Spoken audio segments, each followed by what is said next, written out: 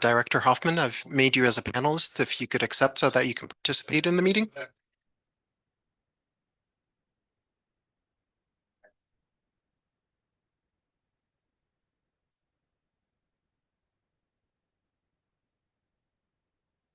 Hi, Pete. How are you? Good. So anytime.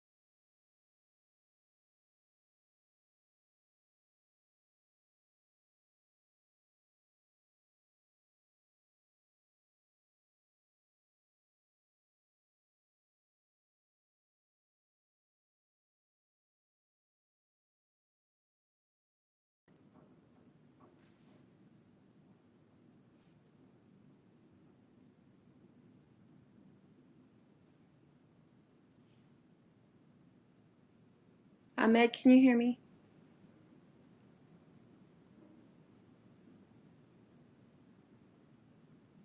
Yes, I can hear you. Hi. I can't hear anything. Is that because it hasn't started? Yes, we usually mute the meeting in the beginning, but now you should be able to hear us going forward. I hear you. Okay. Thank you. Hi, Yep. Trace.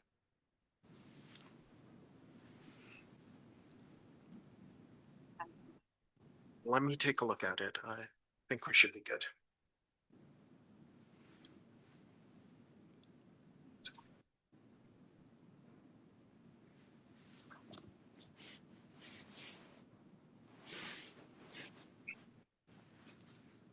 Oh, all right.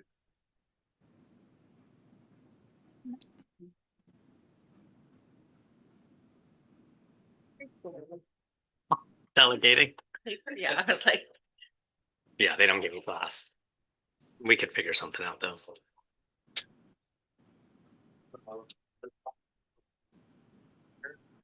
that's very cool.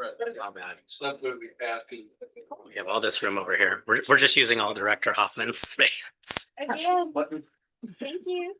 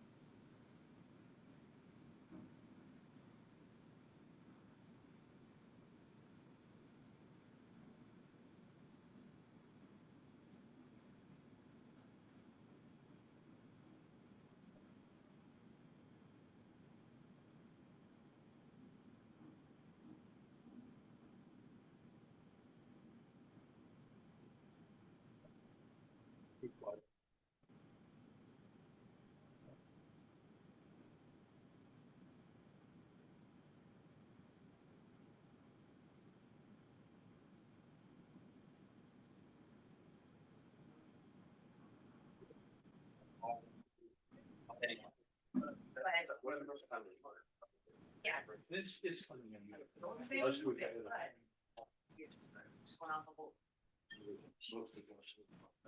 Yeah.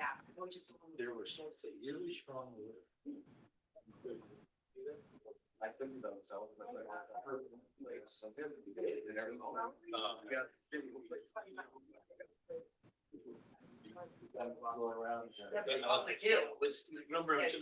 You're just saying that because I lost the next. No, I am saying it's Mr. Box is next to you, but I don't call out people and I don't say.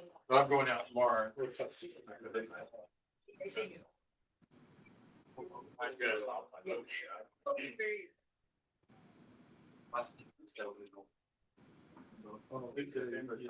Oh, okay.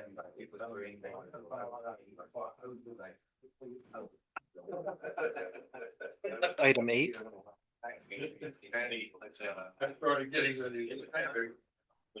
You want to just later? Yeah. There's no. Okay. All right, perfect. Thank you.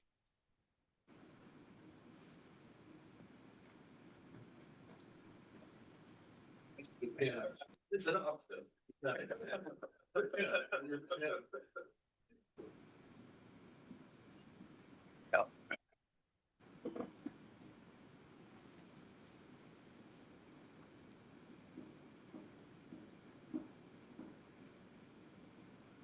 Mike Soons.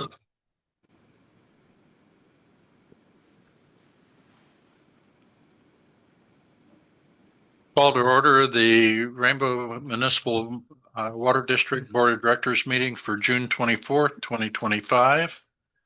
Can I have a roll call, please? President Hamilton, Here. Vice President Matt, Here. Dr. Townsend Smith, Here. Dr. Irvine. Here. Dr. Hoffman, Here. and Director Hoffman is attending as observer and commenter today. Thank you. Thank you. Will you please join me for the Pledge of Allegiance?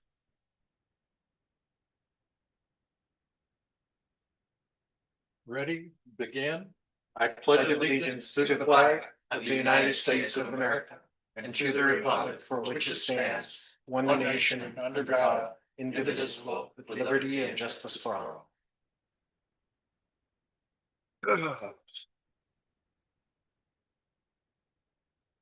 Are there any additions, deletions, or amendments to the agenda? None from staff. Do I have a motion to approve the agenda as published? So moved. Second. Moved by Director Mack, seconded by Director Irvine. All those in favor? Aye. Opposed? The motion passes unanimously. Public comment. Any person may address the board at this time upon any subject not identified on this agenda, but within the jurisdiction of the Rainbow Municipal Water District. However, any matter that requires action will be referred to staff for a report and action at a subsequent board meeting. As to matters on the agenda, if there is a request to make a public comment is received, an opportunity will be given to address the board when that matter is considered. Do we have any members of the public that? We have one member online, but they have not Okay, requested to speak. and I have not received any speaking requests, Not quite yet. and we have no email request either. We do not. Okay, then I will skip reading all the other verbiage there.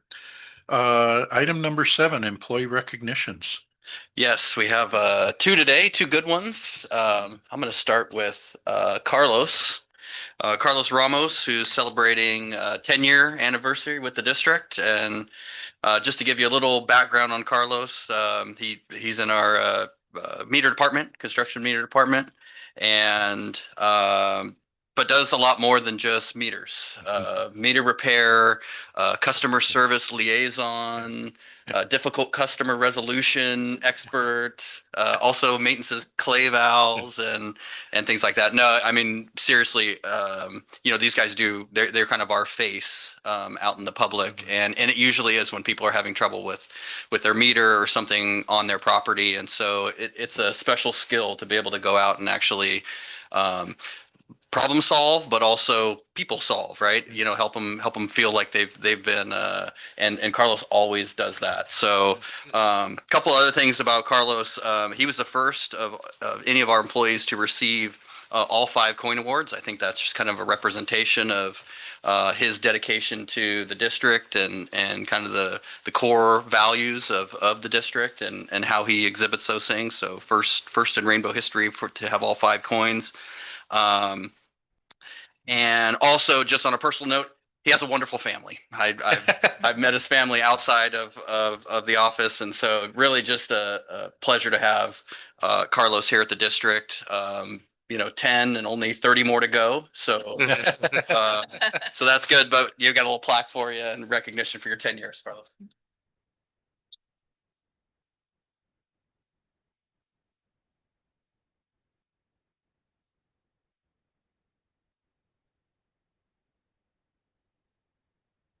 And second, Ricardo Zaragoza, our senior operator in our operations department, also celebrating 10 years this month.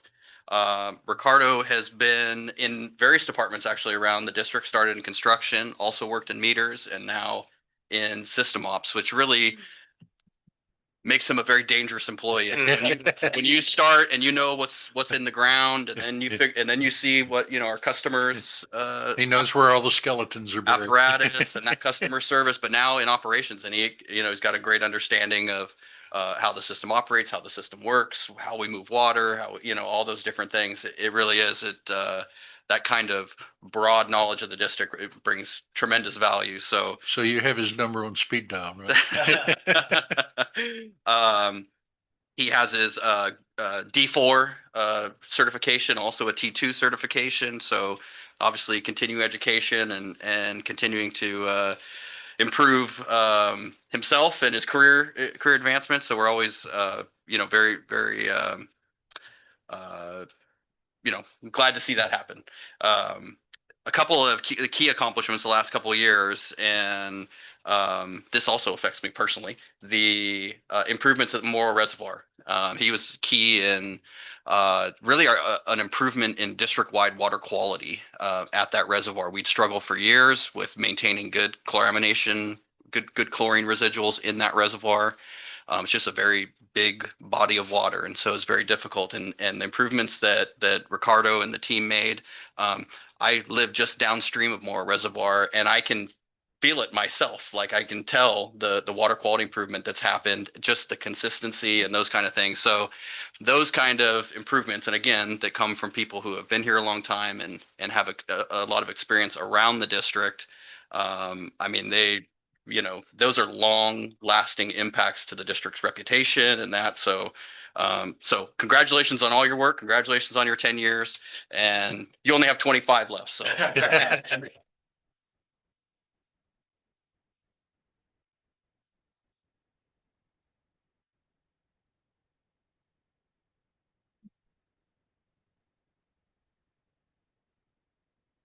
Presentations, American Public Works Association Award.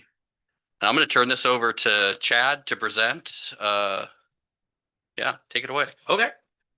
So it is with great pleasure I present this award for the Division 1 Pump Stations project to the Rainbow Municipal Water District Board of Directors.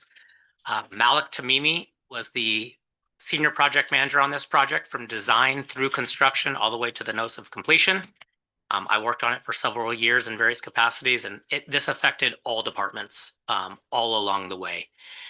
The APWA, they did not tell us. We asked how many applications did they get for Project of the Year in our category. They would not tell us, but they said a lot.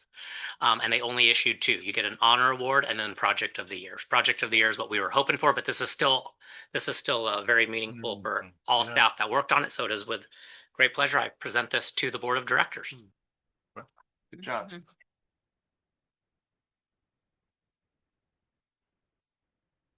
Let's do it right.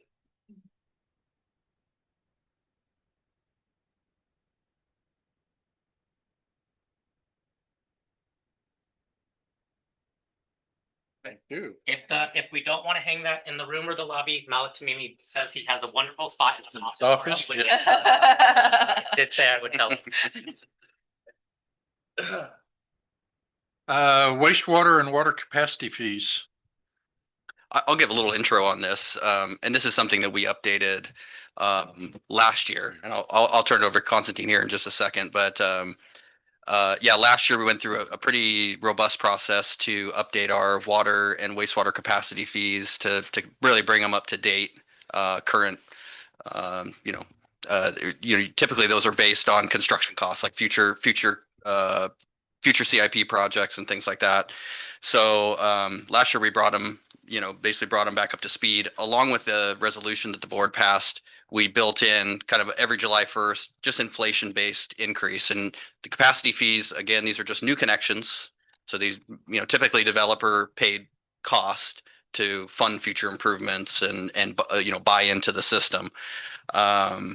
just for context too, we dropped on the water side, we dropped the water authority capacity fees that were tacked on top of ours. So when as of November 1st last year, when we detached, we actually dropped the capacity fees by about 40%. Ours went on July 1st, the prior July 1st went up by about 26% because they hadn't been adjusted for, since 2017, 2018. So we indexed them to inflation. But even still with that, dropping the water, we were down about 20%. So I'll let I'll let Constantine deliver the message of, our July 1st increase, but in essence, our water capacity fees are still going to be on average about 15% lower than they were last year. But sewer, not so much. I mean, that's just been the increase. That's So a different issue. yeah. Oh, thank you, Jake. Turn on. We also presented capacity fees on June 10th to the Budget and Finance Committee meeting, and not to be misunderstood with the fixed fees that we charge on a monthly basis to our customers. Those are capacity fees that we charge to developers to build in our district. And really, we just following, like Jake mentioned, the construction inflation index, which is 5.6%. And the way that we measure, we take the index as of May 2024 and compare it to May of the current year. So in 1 year, it increased by 5.6%. And there's no really action needed. It's just an information item, because board already approved in 2024 when they did the full scope review of the capacity fees, approved inflationary increases for the next following future years. But we also doing a rate study, and we'll be reviewing with our consultant all the capacity fees. And that would be in the scope after we're done with them reviewing water and wastewater rates. Once the master plan rates are done, then we will look at the capacity fees. We'll do a new study, because I believe it's been a while since we did the last study, so we need a new one, especially after detachment. And for now, we've just been following the inflationary index. And here you can see the water capacity fees, and at the same time, the wastewater capacity fees. And then at our Budget and Finance Committee, Chad presented all the developments that are going on in our district, and it's quite a lot. And we will need an increase in wastewater side, increase the capacity, and we probably will need a new contract with the City of Oceanside for the treatment.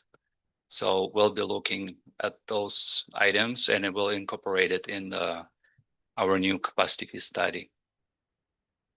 So that's kind of a recap of what we talked about. Any questions?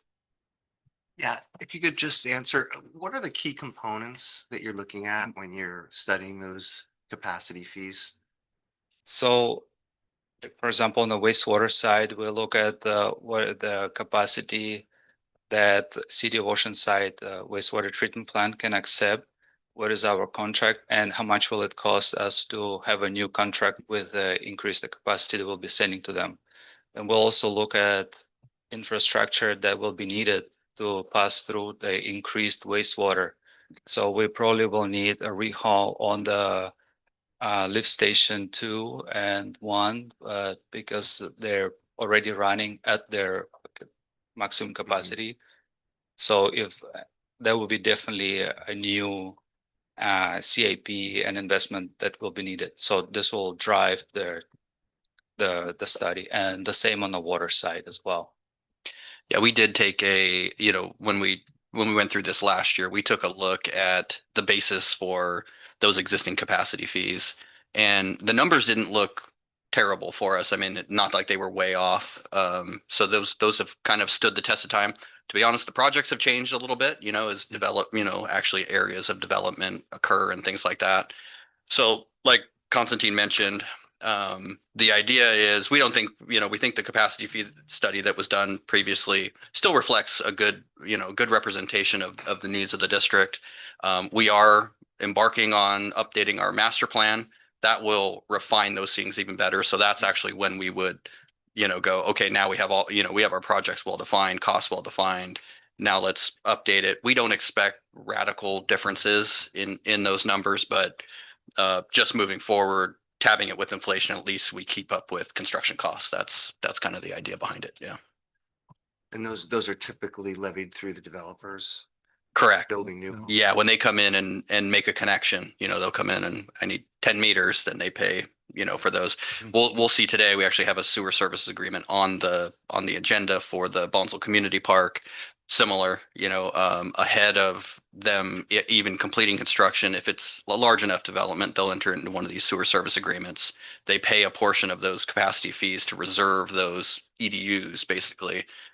So they can feel confident building, right? And but then at the time they connect, they'll pay the balance, and they pay the then current rates when that occurs. So that's how that happens. And those go into the funds, and those are specific for capital improvements. And they also have expiration dates on them. Yes, they do. As we learned the hard way with Hewlett Packard and Mm. the development out on the where Patty lives, Horse Creek, yeah. Horse Creek. Yeah. Yeah, So again, this is just info where it's kind of an automatic increase, but obviously every year we'll bring this to you and let you know exactly what's happening. Well, the other thing I was going to mention, we did last year when we did this resolution, we did have a call with the Building Industry Association, who kind of keeps tabs on these things and let them know, kind of let them know exactly what they're doing. If you're going to get kind of pushback on this, that's usually where it comes from. And obviously our plan was a good one. So we haven't heard anything else from them. Yes. Question for you. You mentioned that when these developments are being built, we're gonna have to be sending more to Oceanside. Right. Do we already have an existing agreement that says if a certain percentage more this cost, or is there something we're gonna have to totally negotiate with Oceanside? It would have to be an amendment to that agreement. We don't, there's no automatic up the capacity. In conversations with them, they've indicated they have additional capacity, but and we're a little ways off from that, but we just see in the future, again, that's kind of, the infrastructure is probably the bigger issue. the more emerging need. But if these developments really start to come through, which we know a couple of them are pretty hot and probably will. The others, you never really know. Sometimes they'll sit on the books for 20 years, Yeah. right? And go back and forth. But it certainly seems like there's a lot of interest in this area in, especially Bonsall Elementary School area, kind of Ocean Breeze. We continue to see development interest in that area. So I think eventually it's coming. And so we've, from an infrastructure perspective, we have to prepare. And then we're, starting those conversations with the city of Oceanside, although it's probably years off before we would actually need that. But it's on, Yeah. it's on the horizon, because didn't Chad present us at the last board meeting, the things that are on the books, so to At the speak? Budget and Finance With Committee. Budget and finance, Yeah. okay. It's coming. If you look at what we have, the developers indicated they wish to construct with no timeline on the commitment of that construction. We're almost at capacity. Mhm. If all of it Yes. gets built out, then we're at capacity We have available with for Oceanside. purchase 1,408 EDUs remaining under our agreement with the city of Oceanside. So Mhm. So it's coming. Yeah. Things we're going to have to deal with for sure. Mhm. Next question, does that, you're talking about homes, but I know in the past, the campus over here, they were talking about expansion. Did that fall through? And then what about we've been hearing for years of the little retail center. Yeah. Is Yeah. that, Oh, Paula Ranch, Campus Park. Yeah. whatever it's called, might be called. Yeah, both of those. Palomar College actually purchased quite a few EDUs when they started. So they have quite a few EDUs on the books. Yes, Paula Ranch, they're still kind of, or Campus Park West, still a bit of an unknown. They're in process. They've got some issues with Caltrans and such Trans, that have the project kind of, is it going to happen or not, kind of a thing. Yeah. So, but they're still pushing. Mhm. So, Thank you. The most probably will be important look at the CAP and the lift stations that we have. I did a tour last week with Robert of our district, and lift station 2 is the last connection that sends the wastewater into Oceanside wastewater treatment plant, and that one would need an investment to increase the capacity of the lift station. So. great. Cool. Thank you. Item number 9, public hearing. You want to start? Sure. Yes, this is improvement district number 1, which is actually the entire Rainbow Municipal Water District. Back in the mid-90s, the district established it's a charge on the tax roll. It's $10.54 per acre. And really it's the readiness to serve charge. We incur readiness to serve charges through Metropolitan and really just through Metropolitan. Eastern always also collects a small readiness to serve charge, but really the basis is it's something that benefits the entire region, having import water available to the region, so it hits every property, actually whether they're a water, whether they have an active water meter or not. But it helps fund those fixed costs that we incur for the larger readiness to serve, again, that comes through Metropolitan Water District. But every year we have to re-up this. It's been the same dollar amount since its inception. It would require a public vote to do anything additional, but it's a good source of funding for some of those fixed costs. It requires a public hearing and an adoption. Yeah. Yeah. So The public hearing for the improvement district number 1 water standby charges and discussion of possible action to adopt ordinance 2503, establishing readiness to serve service standby assessments or availability charges for all of the Rainbow Municipal Water District Improvement District 1 is now open. All persons attending the meeting on site and remotely may indicate their wish to speak now. Does anyone wish to speak? Nobody's raised their hand. Everyone will be given an opportunity to be heard. All comments should be limited to 3 minutes in length. Please speak slowly and clearly. This is required because of the meeting is being recorded for the purposes of preparing minutes, and we want to get your comments into the minutes correctly. This is a time for presentation of testimony. No debate is allowed. Are there any written materials or comments that have been submitted or that anyone wishes to submit without speaking? No, there are not. Thank you, Madam Secretary. At this time, the floor is open for comments from the public.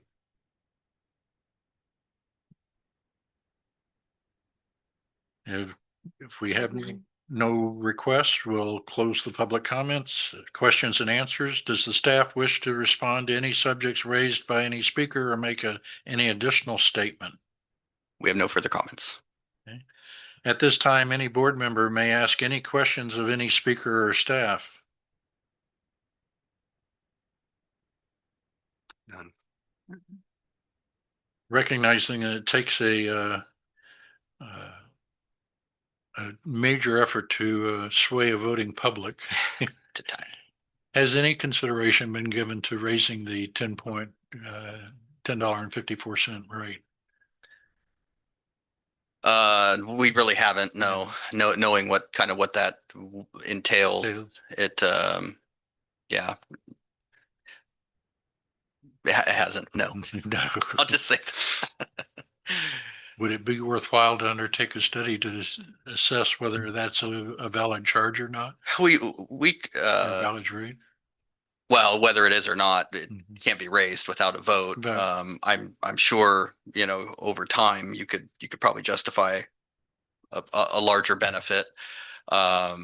We could ask, we already have a consultant that kind of processes this every year, Will Dan, and they're pretty well versed with these kind of activities. We could pose that question to them if the board so desires. What, if we were to, what would that look like, and what would it take? I know if you do it during a general election, I guess the costs aren't too terrible to do a special. Obviously, Special, yeah. we've seen the cost of that is very expensive. Yeah. But we could at least pose the question if that's something we want to entertain.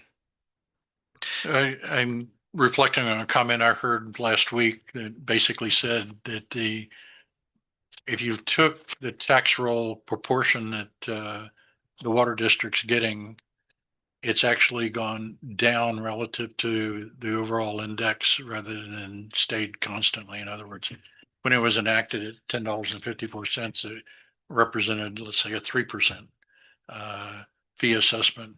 And today that looks more like a 0.5% fee assessment. Yeah.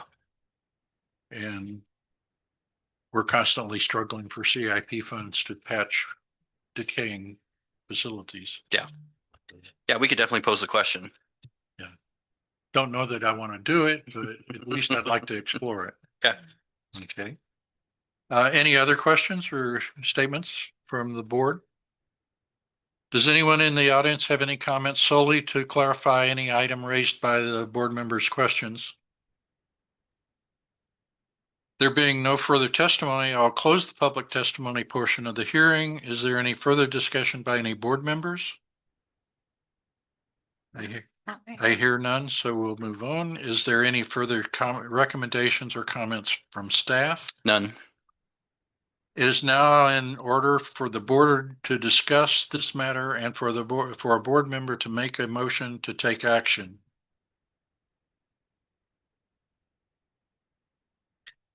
And I move- we need to adopt an ordinance, so we need a motion to adopt the ordinance. I move we adopt ordinance 2503. Second. second now. Moved by Director Hamilton, seconded by Director Irvine. May I have a roll call vote, please? Yes, Director Mack, Aye. Director Townsend Smith. Aye. Director Irvine, Aye. Director Hamilton, Aye. motion carries 4-0. The ordinance passes. Item number 10, committee meeting summaries, Budget and Finance Committee. Clint? Good afternoon, everyone. See you. Budget and Finance Committee met on Tuesday, June the 10th. We had a fairly thin agenda. The main item on the agenda was the review of the water and the wastewater fees that you just saw and heard. And it was an information item, so we were not asked to take a position or take a vote. We simply heard the item, heard the staff's explanation, asked a few questions, and moved on.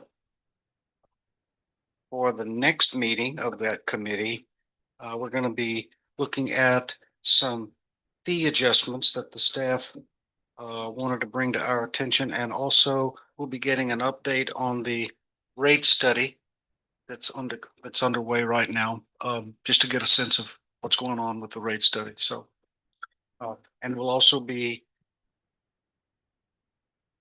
I would say it's a very high probability that we will be recommending the addition of a member to our committee, someone that's been attending our committee meetings for some time. So those will all be coming to you in July. Thank you. Engineering and Operations. Right. Engineering and Operations met on Tuesday, June 3rd. We had a little more active agenda. The two projects the two actions that we approved or recommended for you to approve were the award of the contract for the manual transfer switches, which is on your calendar today at Morrow Hills, Valicitos, and Rainbow Hill pump stations, and also a very nice presentation on the cross connection control policy program. And you also have that on your calendar today for adoption. We got some additional information on state and federal grants and how we were doing in the process of trying to solicit some external funding. And we reviewed projects that are using our on-call as needed consultants and got a sense of what that body of work is out there for the dollar value of the consultant as needed capability that we have. And that, I believe, concludes those two reports. Be happy to answer any questions. Thank you, Clint. Communications and Customer Service Committee did not meet, so there's no report there. Consent calendar. We have the approval of the May 27th, 2025 Special Board Director Board Meeting Minutes. Approval of the May 27th, 2025 Regular Board Meeting Minutes. And the award of a construction contract to Southern Contracting Company for the installation of the manual transfer switches that Flint just talked about. If there's no questions or discussions on any item, can I have a motion to accept the consent calendar? Motion to approve. I'll second. Moved by Director Irvine, seconded by Director Mack. All those in favor? Aye. Aye. Opposed? Unanimously so. Action items. Consider the adoption of the resolution establishing classifications and monthly pay ranges for district employees and the general manager effective July 1st, 2025 through June 30th, 2026. This is resolution 2025-06. Yeah, so this is an annual adoption that the board does in order to comply with our requirement to post our pay ranges publicly to comply with CalPERS regulations. We have an existing MOU that predetermined the pay grade movement for our non-exempt bargaining units according to CPI. So CPI, the most recently published was in May of 2025. And that was 3.8%. So all of the non-exempt pay grades are shifting by 3.8%.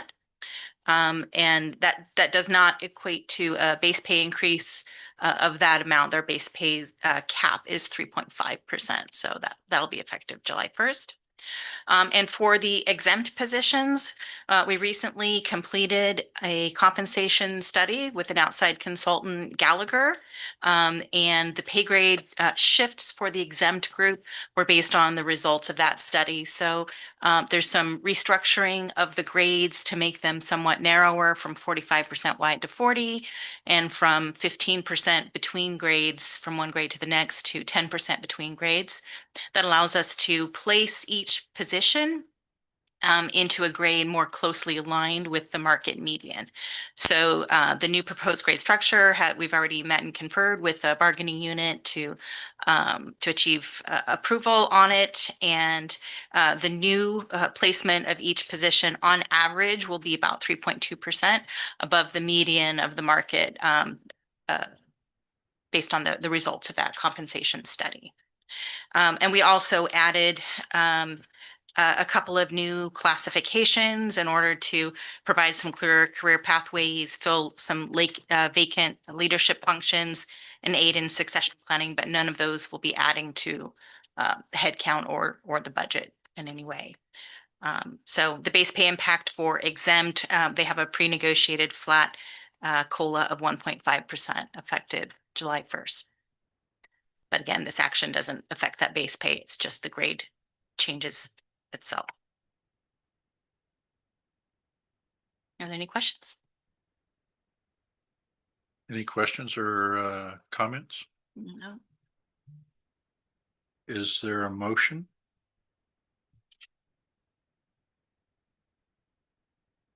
I move that we go ahead and accept the adoption of the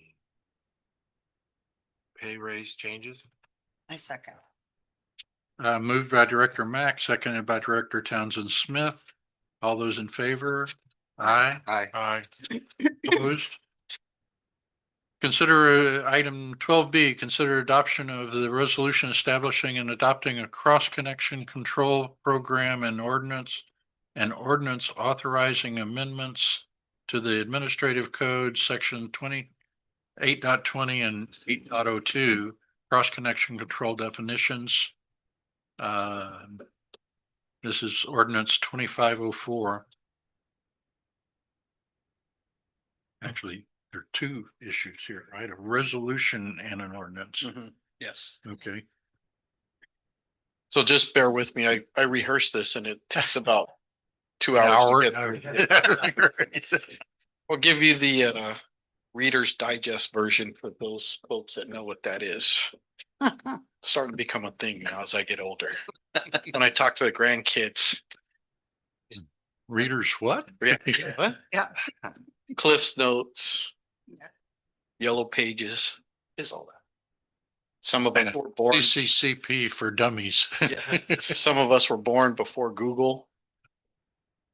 Anyway, so cross connection control plan. What is this? Essentially, it's the plan on how we maintain and enforce backflow regulations. I think we're very familiar with backflows in our district. The district itself tests all the backflows in everywhere within our district. We don't contract that out anymore. We have a really effective program. A lot of that, kudos to Alex, who's our cross connection control specialist here. He does a lot of the testing himself. Over the last 5 years, we've actually developed a really, I don't want to say this, robust program. We meet the state's requirement to test backflow every year, and I think we're probably in our 4th year of that. We've also grown the program into a point of sending out notices to customers if their backflows fail and requiring them to test them and repair them within 30 days. And if they don't comply, they may face lockoffs of their water service. So we've come full circle from where we were 6 years ago, where we weren't even getting to all the backflows every year. Title 17 Code of Regulations is what's always guided the backflow program, and all the water districts had to abide by Title 17. We had to report to the State Water Resources Control Board every year how many backflows we tested. They want to look at our records. So I think across the state through the districts is probably a little different with every district. And what's happened now is the state's come out with this new cross connection control policy handbook that they want all the water districts to adapt. And it's essentially everything we're doing now. I mean, because we're so far ahead of I think everybody else. I mean, I think we're the best. It really doesn't have much impact to us at all. But they want all the districts and water departments that the governing boards have to adopt as an ordinance and a resolution. And basically, the biggest change on this is taking what used to be in Title 17 and formalizing it with the state under the Division of Drinking Water.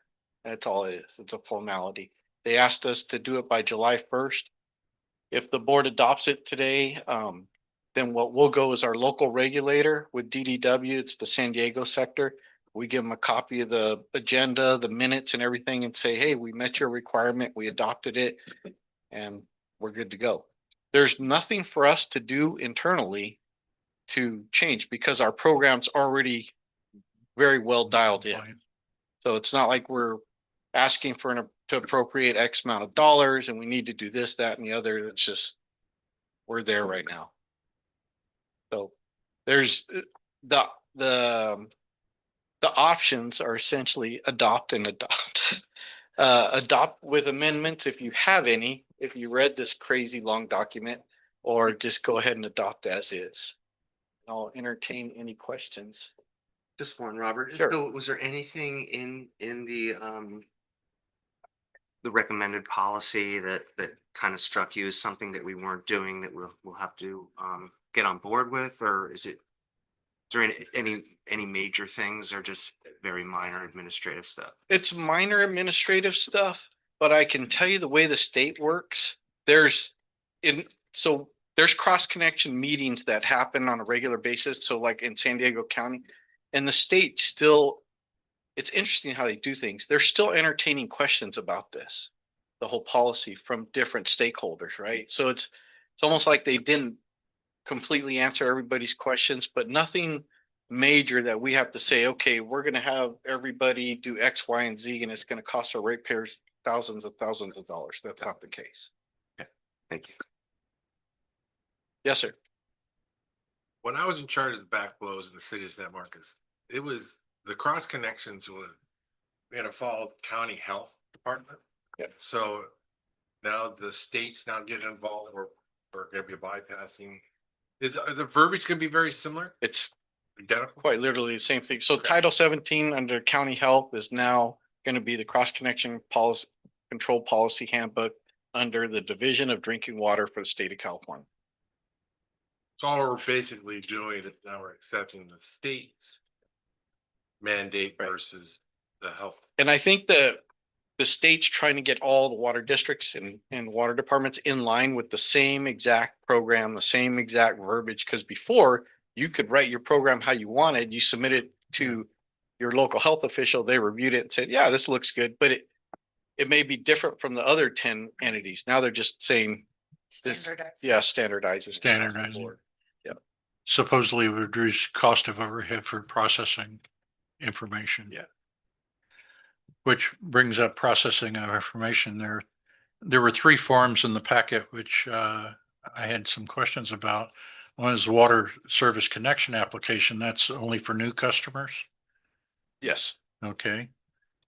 So it all boils down to some information relative to things like well permit numbers.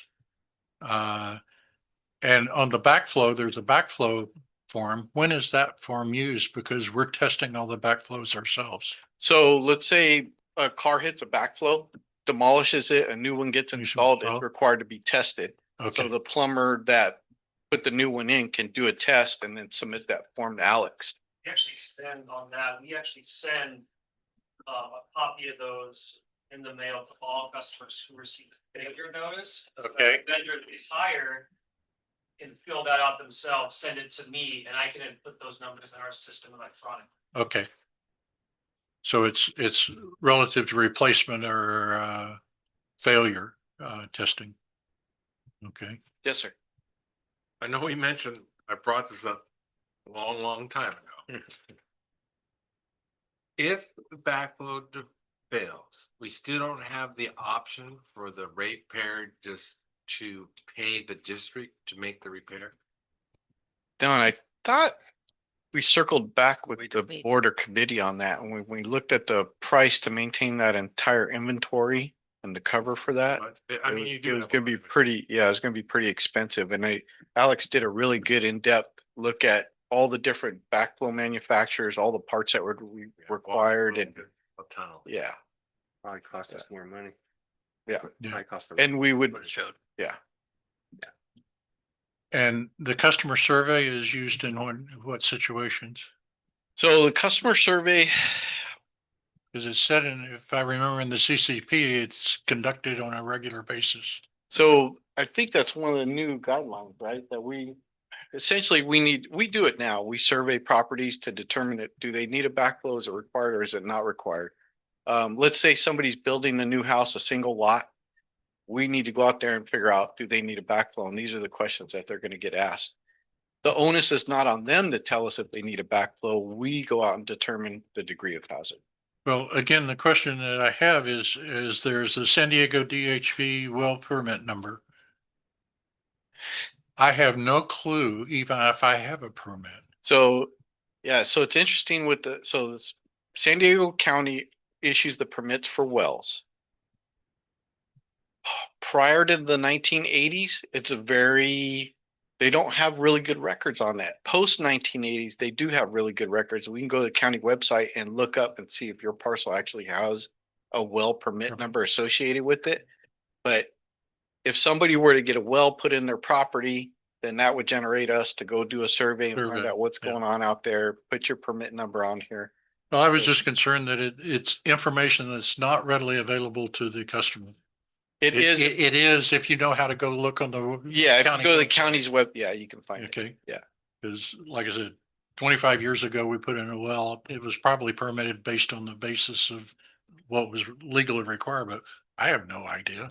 And if I sell the property, the customer, the purchaser knows there's a well, but doesn't know anything about it. Right. You know, It's certain color. yeah, Well, sure.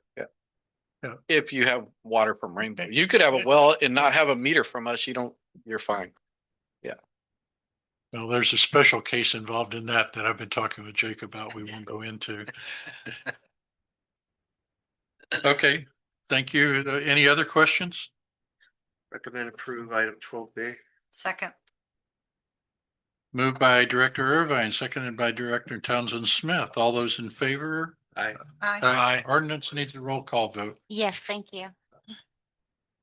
Director Mack, Aye. Director Townsend Smith, Aye. Director Irvine, Aye. Director Hamilton, Aye. motion carries 4-0. Thank you. For Madam Secretary, I noticed that on page 45 of the complete handout and page 119, there is a flag for resolution 25.xx that needs to be, Thank you. I'll fill in the number. Thank you. okay. 12C, consider adoption of an ordinance authorizing amendment to the administrative code, section 2.03.010.02, compensation. Yes, so this actually goes back to some of the organizations that we belong to and actively participate in. Actually, last year we had removed a couple that were no longer applicable. There used to be a San Luis Rey groundwater, and some others that just had kind of passed, the time had passed on those. But as part of the budget this year, we looked at two organizations that do have significant influence, in particular for Southern California and across a little warm. Yeah. And really across the state. And one came and gave a presentation that was the Urban Water Institute. And then the other that's big in particular in the Southern California area is Southern California Water Coalition. We talked about this during the budget process and that we were going to include budget for those membership dues, which are actually very light. Both of them are less than $1,000 a year. But also revising this policy allows for board members to attend those without writing, that kind of thing. They basically become part of our kind of pre-approved list of conferences and things you can attend. Southern California Water Coalition, they do a quarterly lunch. It's usually really good. A lot of them are right here local, either San Diego or Temecula. And Urban Water Institute, they do one major conference a year and then some other minor events. We also are proposing to add the Farm Bureau. We recently joined the Farm Bureau in the last year or so. We actually put Director Hoffman is the representative to the Farm Bureau, and I know has attended both Farm Bureau and the Water Committee meetings. So we've added that too as also compensable meetings to attend. So those are the three primary changes: adding the Southern California Water Coalition, Urban Water Institute, and Farm Bureau to our kind of approved list of meetings that are defined in the admin code. The Farm Bureau is not mentioned in the code. Didn't we add the Farm Bureau, right? In the red lines. Yeah, under regularly scheduled local organization meetings, we have the Southern California Water Coalition and the San Diego Farm Bureau in red there, page 156 of the packet. Oh, I'm sorry. You're right. Yeah. I stand corrected. I missed it too there for a minute, but yeah. Okay. I noticed it's on page 157 of the full packet, the Santa Margarita River Watershed Watermaster Steering Committee is still appearing. I suggested we deleted that. Well, I know you didn't want to serve on it. We do still send Esther. Obviously, but that's not a board. It's not a compensable. So we could add that as a additional. We aren't sending board members to that. That's true. Yeah. We can include that amendment as part of this action. Okay. To strike the Santa Margarita River Watershed. For those of you that don't know what that is, there's actually a group. Yeah, it all has to do with Santa Margarita Watershed, the Water Master. groundwater rights and things. It really doesn't involve us. We have some very minor reporting that we do because we have a few meters in the watershed, but it's Rancho and Fallbrook and Camp Pendleton that actually have water resources agreements. We keep tabs on it just in case there's opportunities and things like that for just to know what's going on in the watershed. In reality, those meetings are usually pretty benign and not a lot of action that really involves us at all. Yeah. So we do. Esther does tune in and monitor and monitor, but yeah, we can take that out as a board compensable item. That seems appropriate. Any other discussion or comments?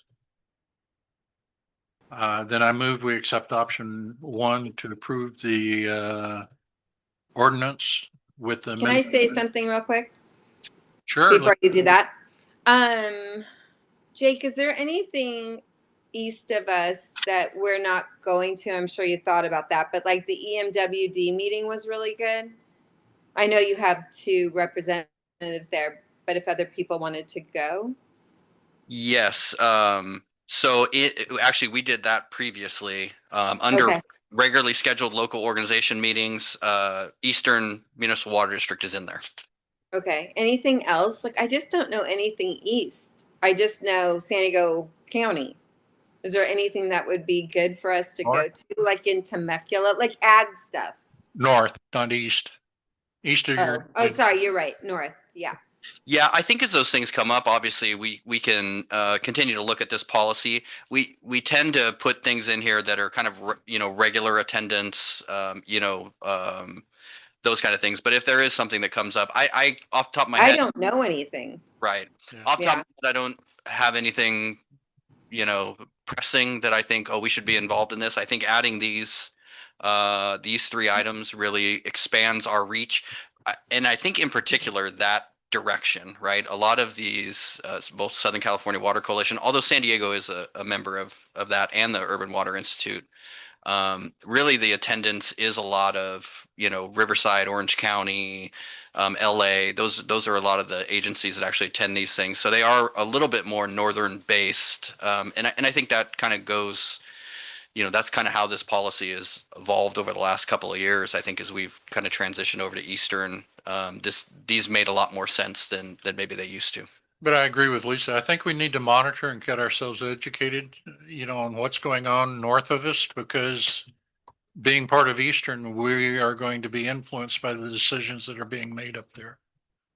So keep our finger on the pulse, if nothing else. And also I'm going to the Urban Water Institute conference. Yeah. When you guys are in Monterey, I'm going to that one. Yeah. Yeah. Cool.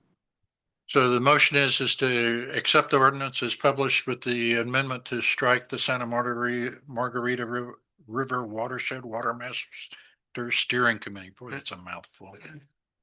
I'll second. So moved by Director Hamilton, seconded by Director Mack. Roll call vote, please. Director Mack, Aye. Director Townsend Smith, Aye. Director Irvine, Aye. Director Hamilton, Aye. motion carries 4-0. The motion passes unanimously. Consider the approval of a mutual service agreement related proposal for state and federal representation. Yes, so this is something we've been talking about for a little while, but the board approved a mutual services agreement with between Rainbow and Fallbrook and Valley Center and Uwima water districts back in February. We've been working on various areas where we felt that agencies could benefit from mutual cooperation. And this is one of the areas, for Rainbow, we've had various consultants and things over the years, but I think as we kind of transition out of detachment and these different things that really occurred, having steady representation both at the state and federal level, it just assists districts in a lot of different ways, and it's something Rainbow hasn't had for some time. Both legislative and regulatory issues that are coming out of Sacramento or Washington DC, provides us obviously a greater voice in that, and also grant funding. The ability to get in front of people who are influencing projects that go, whether it's earmarks or within state funded programs or things like that. This is how it's done, really. So, and really, with meeting with the 4 general managers or the other 3 general managers, really all of us kind of excited about, one agency, it can be effective, but really with 4 agencies that really have some similar needs and similar, we're just similar in nature. I think actually could have a very powerful voice at some of these things. So we did let an RFP out. We got proposals from FJK, who is a state lobbying firm. We do have experience with the K in that FJK. That's Kirk Kimmelshoe. He has helped us on some specific items in the past, and they've done really, really well. But sent a very competitive proposal, a great team. And on the federal side, RBW, again, very experienced team, lots of connections in Washington, D.C. Total cost of the contract annually is $300,000. So that's for both contracts. We would split that 30% each between Fallbrook, Rainbow, and Valley Center. The larger agencies, WEMA is going to cover 10% of the contract cost. They're a very small agency. And so total cost to Rainbow would be $90,000 a year. That's probably half of what it would be if we went alone. And I think and Fallbrook, who already had state and federal representation, they basically verified that they were paying about $190,000 a year for those services.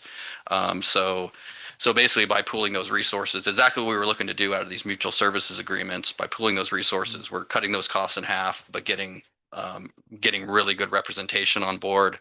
I feel that the proposals are very competitive with what the market is. And so really what we're looking for today, the contract will be under Fallbrook. But we reimburse those costs. So basically it's an approval to enter into this exhibit underneath the mutual services agreement and obviously reimburse Fallbrook for those expenses that come in. We plan to start this on July 1. So as part of the new fiscal year, it is within the budget that was allocated, the budget that was approved by the board. And so asking for your approval today. Does it have a name, an acronym like Aqua or? Yeah. I'm curious. The 4 agency mutual service, we haven't come up with that. That's I think you need to come up with all right. a logo. And a logo. I don't know if we're there yet. But yeah, that's good. That's good. We're the North County something or another. Yeah. Water Authority. Talk about it at your next meeting. I just have a question, Jake, or a comment. It'd be nice to get some feedback annually on kind of what we're getting out of that. Yes. It doesn't necessarily have to translate into monetary value, but I'd like some feedback annually as to what that lobby contract gets us. Sure. Just so that we know we're spending money for something that we're benefiting from. Right. So it can be informal or just a simple comment at a board meeting, but I'd like to kind of check in annually on that contract. Annual or biannual? I'm fine annually, but yeah. Well, here's this is a comment actually I had when we it might released be the tough biannually because, or you say biannually? Yeah, but that can be twice a year or every 2 years. Yeah. Semi-annual. Well, this is a 1-year contract, so this is a new endeavor. So we're gonna go the year. We think it's gonna be. We think it's gonna be good. One of the things that I commented on when we were putting the RFP out was I'd actually like to see. I proposed, maybe it's quarterly, but having the consultant come on and just give a little update on what's going on in the state, in Washington, things that are affecting us. A briefing. It might end up only being maybe twice a year, just because there's certain times of the year where that stuff kind of gets hot and heavy. But we'll be doing that. You'll be hearing from our consultants directly. As long as that's included in the contract. It is. I would like to make one statement. It'll probably be on Zoom. but yeah. Yeah. I'd like to make one statement. I think that's a really good idea what you're doing because it was recently, maybe it was about a year ago. I think when our division, what are we, Division 10 in Aqua, there was a Yeah. little bitch session that Aqua, it seemed they felt on the board, and Aqua really represented the bigger agencies.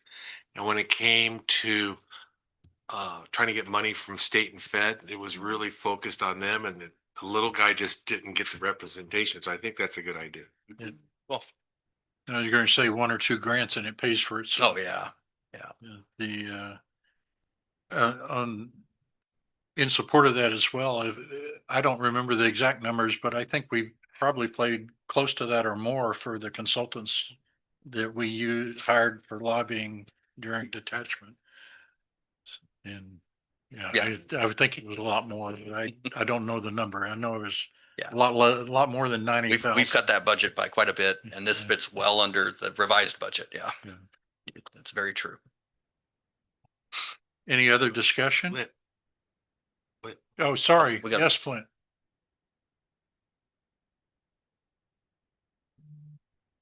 I agree that this sounds like a good idea, but what popped into my head is we have 4 entities controlling the activity of this consultant that we're hiring. What if one of the entities is not in agreement with the other 3? What goes on there? Is that entity exempt from the expenses of that particular set of items? I'm just curious. I'm hoping that this would never occur. Yeah. But you plan for the worst and hope for the best. Yeah, we did talk through, I mean, we have a very good relationship with the agencies. So I think I don't have a whole lot of concern that I think amongst the general managers, we could work out our differences there.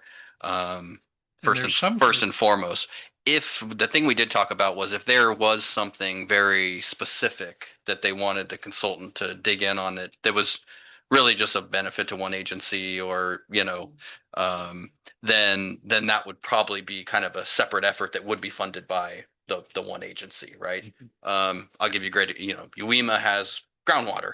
So that could be something that, and so if there was a specific task or something that was associated with that, then that would be a kind of a different case. I appreciate that. And I get it. I think I was a little more concerned about a situation where 3 agencies had an agenda they wanted to pursue and one agency did not want to pursue it. How does that get sorted out? Yeah. That I think that's the case I'm more concerned about. Yeah. And well, within the RFP and the proposals, we did outline really our key priorities. And that was, we would like to, continue funding the crop swap program, right? The agricultural programs. Infrastructure replacement is a huge deal for all 4 of us. Those were kind of the 2 main ones. And that is really shared, so we've kind of given the consultant direction already that, hey, these are our needs. I think there might be some stuff to work through once everything, And 4 GMs can probably sort it out, but I just was. That's our hope. And really that was, even to this concern, 1-year contract. So if there's Try it and find out what you need to do. We think it's going to be really effective. If it's not, then we can change course. Okay. Yeah. All right. Thank you. Does the MOU, mutual agreement, have any conflict resolution terms and conditions? It does. And that's how it starts. Basically the general managers. And then, before you get to, if there's legal, So there is things like that. Yeah. Is some sort of process that may not resolve everything, but at least it has a definition. So, question is do I have a motion for the mutual services agreement, for representation? So moved. Second. Moved by Director Townsend Smith, seconded by Director Irvine. All those in favor? Aye. Aye. Aye. Opposed? Motion carries. Item number E, consider approval of sewer service agreement with the County of San Diego, Division 2. Chad, you want to take this? Sure. Yeah. All All right, thank you. Yep, and as the board can see, thank you, Ahmed, we've pulled up an exhibit provided by the county of what the park is going to look like ultimately. That's the section off of Camino del Rey and Lilac Road. The park actually extends quite a bit to the south, and there'll be walking trails extending all the way to our headquarters here. They own the parcel just west of us. That said, district staff has been working with the county staff on this. The County of San Diego Parks Department provided a sewer service study, which was reviewed by the district and ultimately accepted. We then drafted the sewer service agreement, which is before the board today. It will total 10 new EDUs to be purchased by the County of San Diego. We met with them yesterday, as a matter of fact. They are aware that this is on today's board agenda, and they are preparing to pay their 50% portion that's due immediately to enact this and earmark these EDUs. The interesting thing about the sewer facilities that will ultimately be on this park, all sewer on site will be private, owned and maintained by the County of San Diego.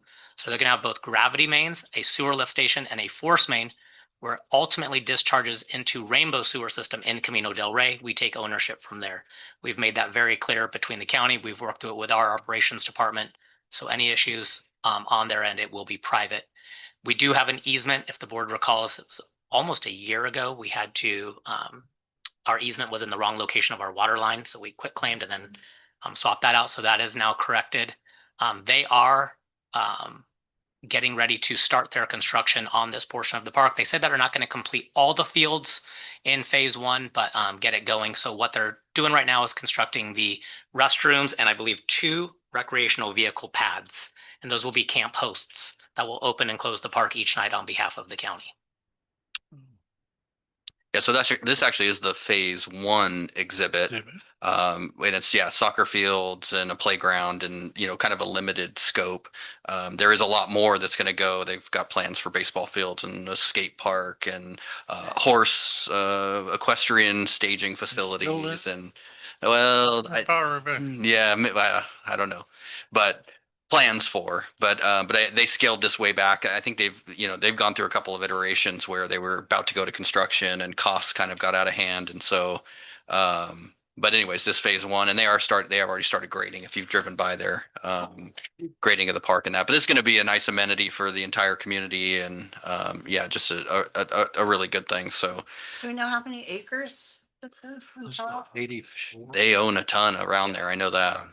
It's all part of the big park, but this is, Yeah. wasn't this 84 acres? I thought I saw something in the 63. 63, Thank you. Thank you. Looks like a lot of water use. Yeah, and they do have an existing, I believe it's either a 3/4 or a 1-inch water meter, which they are going to relocate and upgrade, but they're going to do that at a later time. That one inch ain't gonna be enough for all those soccer Yeah. fields. It'll be larger and move to a different location off of Camino del Rey. Well, they may actually have a well as well. I don't know what the golf course had for doing all their water. A lot more than a 3/4 inch or a 1 inch. The RV spots, you said camp posts, so is it going to be occupied 7/24? I don't have those details from the County of San Diego. I can follow up and get an answer, but it is my understanding that it is their intent to have these 2 camp posts there. And I would imagine 24/7 because they want to close it at sunset and open it at sunrise. Right. Plus probably some security. That's park rangers. Yeah. I think volunteer park rangers. These will be, they call them park hosts, but park rangers. Yep. Volunteers. Cool. Can I ask what 10 ADUs?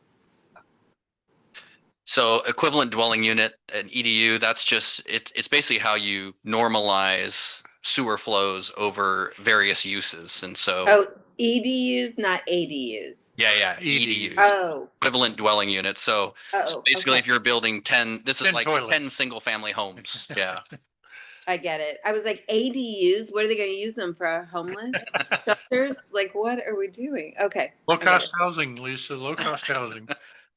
Look at what? He said low Cost housing. I was kind of wondering about that. Just a Okay. park, just a park. Just a park. Okay. To be very clear, just a park. Okay. Do I have a motion? I so move. I'll second, yeah. Seconded by Townsend Smith. All those in favor? Aye. Aye. Opposed? Motion carries. Item number 12F, consider ratification of the general manager's emergency declaration for the NN pipeline replacement project Division 1. Yeah, Robert's gonna take this one, but this is, and I think everybody's aware, pipeline break that we had about a week and a half ago. And we'll tell you all about the location and the needs for the project. Yeah, so this occurred, it was last Wednesday or Tuesday morning, about 1:30 in the morning. One of the gentlemen that was sitting here that got recognized for his 10 years, Ricardo, he was our duty system operator and he got an alarm for high flow coming out of Morrill Reservoir. So we have set points on the flow meters at all of our tanks and reservoir sites, or the majority of them. And if they exceed whatever we set the set point at, and I think this one might be 6,000 or 8,000 gallons, it'll send an alarm, say, hey, something's going on. You got a lot of flow going out. So we got the alarm.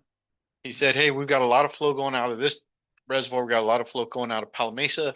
We got a problem. We got a leak. And he started making calls. He called myself. He called Bernie, our acting construction supervisor, and the water duty guy. When he woke me up, my question to him was, do we have any calls from the public? And he said, no.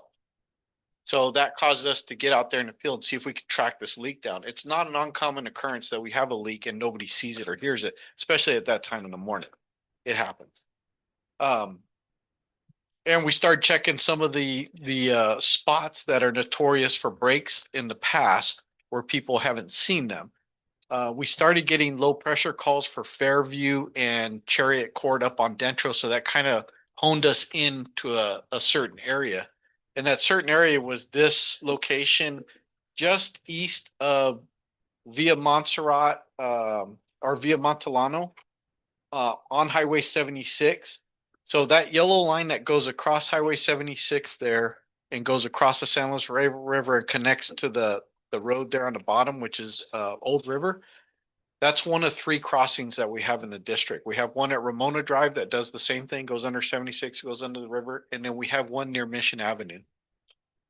We started checking all the crossings. One of the staff members got to this one and said, hey, there's a bunch of water bubbling up over here. I think we got it. It's here.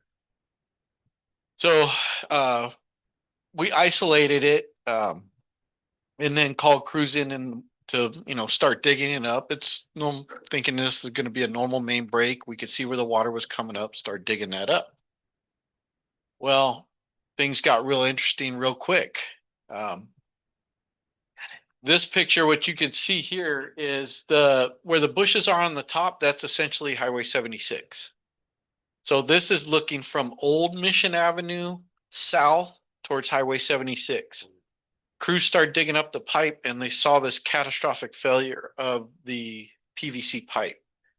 When PVC pipe breaks, it actually, if you've ever had an irrigation pipe break, it'll crack and go a long distance until it hits a joint and then it'll usually stop. And that's essentially what happened in this case. Those cutouts where you see, we actually did that to get the water out of the pipe. So this was probably about 30 feet of pipe and we thought, okay, we need to replace this pipe. But before we did that, we ran a camera. We called Houston Harris, and they have a camera that's on tracks and they could put in that 16-inch pipe and view what's going on in there. And as we ran that camera into the pipe, this is what we found. The crack continued under Highway 76. So we got to about 75 feet, and which is where you see the mud in the pipe, and that mud is from the main break when we shut the water off. That happens sometimes. We couldn't get the camera any further because it couldn't travel through that mud. That 75 feet of that crack puts us about the center of Highway 76, where that K-rail is. So at this point, we realized this is not something we're going to be able to fix. We can't dig this up and fix this. This is under Highway 76. This is going to be a very different approach. Then we went out and we looked on the south side of Highway 76, right where that green circle is, and we noticed a washout over there, which we thought, okay, that's a problem. We dug that side up and checked the pipe over there to see if it was cracked. And then just today we ran a camera underneath 76 going north to see if we could find the crack on that side, and we didn't find it. So we know the crack stopped somewhere. K-rail. Somewhere right Yep. here where the K rail is. That's where the crack stopped. But we also were able to verify that essentially the pipe going this way under the river still looks okay. There's no cracks in it. So we were able to do all that verification today.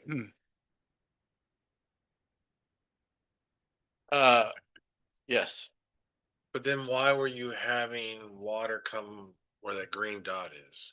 Yeah, so basically it just followed the pipe. Pipe. We call it the trench line. Yeah, just around the edge of the pipe. Yeah. There was there's a wildlife crossing too, so actually a lot of water was coming down underneath through the wildlife crossing and then going back to. So there was some washout areas kind of all around there. Yeah. No damage to Highway 76 at all. That pipe is about 20 feet under Highway 76. So no damage to Highway 76. It was at that time, once we realized what we were up against, we went ahead and declared a state of emergency because then we realized the dollar value of making this repair was going to be pretty extensive. And I'll let Jake, if you want to take it. Sure. I mean, yeah. So I was on vacation happily when this happened. Yeah, so Robert actually made the declaration. What we've got going on right now, knowing kind of the extent of the damage, we know that at least we're going to have to basically bore a new pipe underneath 76. We're going to have to replace that 16-inch pipe. There's a couple different ways to do it. It's all going to be trenchless. We're not, there's no way to dig it up. And so right now we've basically selected a group, ton of experience in trenchless construction, for engineering support. But we also know as we go into this, it's an emergency repair. So typically, public agencies get a lot of leeway under emergency repairs. This needs to be fixed. This is the suction side of our Dentro de Lomas pump station. So right now we are extremely limited in how much we can pump through that station just because you just can't get enough flow without that 16-inch line. But we're going to need support, both environmental side, geotech, survey, and we're going to have to work with Caltrans. It's going to be the Caltrans, going to be county, probably Fish and Wildlife. And again, under emergency circumstances, there's, typically you get a lot of leeway there, but we are going to have to deal with all these agencies. So we're going to need some outside support. Again, we've already started some of that with a potential engineering consultant to both kind of plan. This isn't a straightforward project, but we have to plan. The good news is we have a lot of historical information. So we've done work out there in the past, and so we have a lot of geotech information and those kind of things. So we can utilize a lot of that as kind of the basis, but really we're trying to get this done as quickly as possible to restore that service. Summertime is coming, the hot weather's coming, demands are going to pick up, and so we're very concerned about that. So I have a question. So we don't have you weren't here, but we had that company from, I don't know, England or wherever they were. Remember we had the pipe, they were doing that, we want to call it a bladder or a skin. You were able to put A sleeve. Oh, Right. yeah. Doesn't work at all. So because of the damage of the pipe, when you look at the video and you get underneath there's sections that are like this that are missing. Oh, gee. If it was just a hairline crack, I think putting a liner would be a really good option. But because the damage is so severe, that liner's not gonna, it's gonna protrude through those failure points. Right? the issue here is too, this is Morro pressure zone, at probably one of the lowest spots in our system. So the pressures are relatively high. And so really what this needs is something with, a pipeline with a good pressure rating on it. So that kind of limits your options as well. So we're only looking at doing the 76 side. Are we considering possibly lining the riverside? So we were only able to go about 60 feet south. Let's say from the south side of 76 and go 60 feet south, and then we hit the water in the pipe. So, but the pipe looked okay. So, and Jake and I was just texting Jake the videos. We actually haven't even talked about it between each other, what our option is from the south side of 76 to Old River. But the pipe, so it looks fine. Like we didn't find any evidence of the crack. So Yeah, but it's still the welded PVC and it's still 16-inch at high It pressure. is. And so we're looking at all of our options. That's kind of this first couple of weeks. That is kind of the heavy lift is, you know, what are all the options? What is our best option? To really kind of shore this thing up. So the request, the emergency authorization gives authorization up to $250,000. Go ahead and enter into contracts up to $250,000. I think until July, we're probably, if that might be okay. But what we're going to ask for today is to authorize up to 500,000. And really that's in the case where we do kind of come up with these plans and we do need to start procuring materials and things like that. In advance of the July board meeting, but we do plan obviously to come back in July, full update. What do the costs look like? Those kind of things. But that is the ask today. And that's so we can do those kind of things, get it, really dive into what our options are and start to move on the different, all these different facets that we've got to take. My thought is you're there, and if that other side breaks, you're back where we are right now. Yeah, that's a concern. yeah, and I think once the engineering firm gives us some options and then you get kind of an engineer's estimate, we come back to the board and say, you know, here's our dollar amount estimates and what staff's record, we'll have a better idea where we're at. Right? Yeah. Right now, we just don't know. Okay. Robert, as I understand it, that was installed in 2011. Yes. That seems pretty recent. Yeah. Yes. So obviously y'all wouldn't be using the same type of material. No. Right. Well, we're not, Like, I think we need to be careful a little bit about that because we don't know really what the root cause of the issue was. The material, yeah, it may be, because we've got a catastrophic failure up on the north end, but that could be, there's a stress point in the pipe. There's, you know, those kind of things, but we're trying to determine the root cause. Obviously that will factor into the decision on how much we want to do. Is there any history with that manufacturer of pipe failure that might be, because I know we had that issue in Corona where, you know, there was The old Jam Eagle. That was a Jam Yeah. Eagle PVC pipe, and Yeah. I didn't see.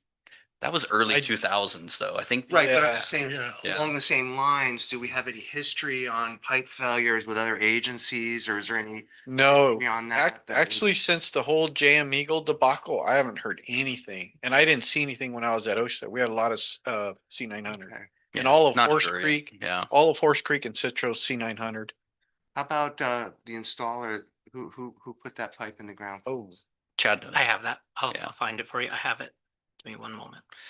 So this is part of the investigation Yeah, that and we're again, I'm conducting. just Yeah. throwing some things out there that we should maybe consider to make sure that, you know, if we did everything right, but there were failures on other ends, we might want to talk to. in the water about, industry, we you all know, have our favorite pipes to use. So Patty asked me, would we use that again? I have my preference. Engineers have their preference. Mhm.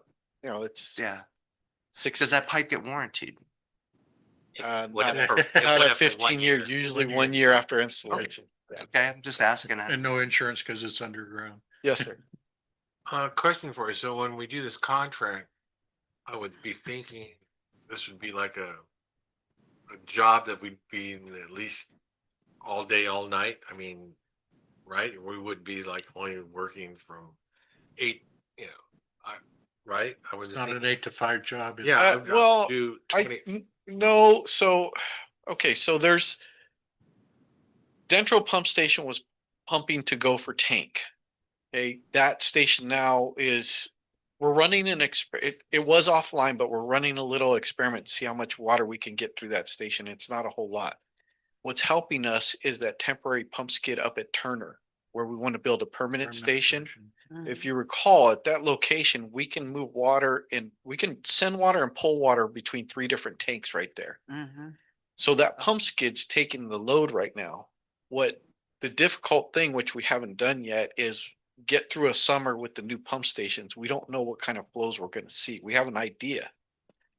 So could that pump station and what we're eking out of Dentro right now be able to keep up? Don't know. And I think as we get further into the analysis with the engineering firm we hire and everything, we need to consider that when things start to heat up. It might be something where we say, yeah, we need you to work 24/7, or might, Yeah. hey, we're keeping up with everything, just work normal hours.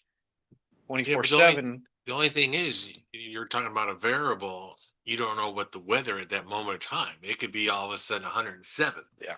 And people are gonna be sucking up water and. Yep. It is a high priority to get moving on this. Yeah. That's why we're here That's why we're here, yeah. and asking for the authorization. Yeah. The general contractor who did the work in 2011 was Golden State Board Pipe Jacking Incorporated.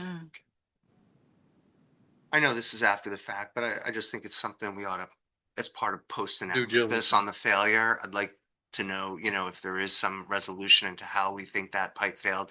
Cause I mean, what, 11, 12-year-old pipe shouldn't be, 15, yeah, 15. 15-year-old No. pipe shouldn't be blowing like that, so and I know we have pressure issues, but again, I'd like to know what the post-mortem is on that because, it's good to know and it might lead us down a different path. And they we'll probably do, did pressure testing on that pipe, oh yeah.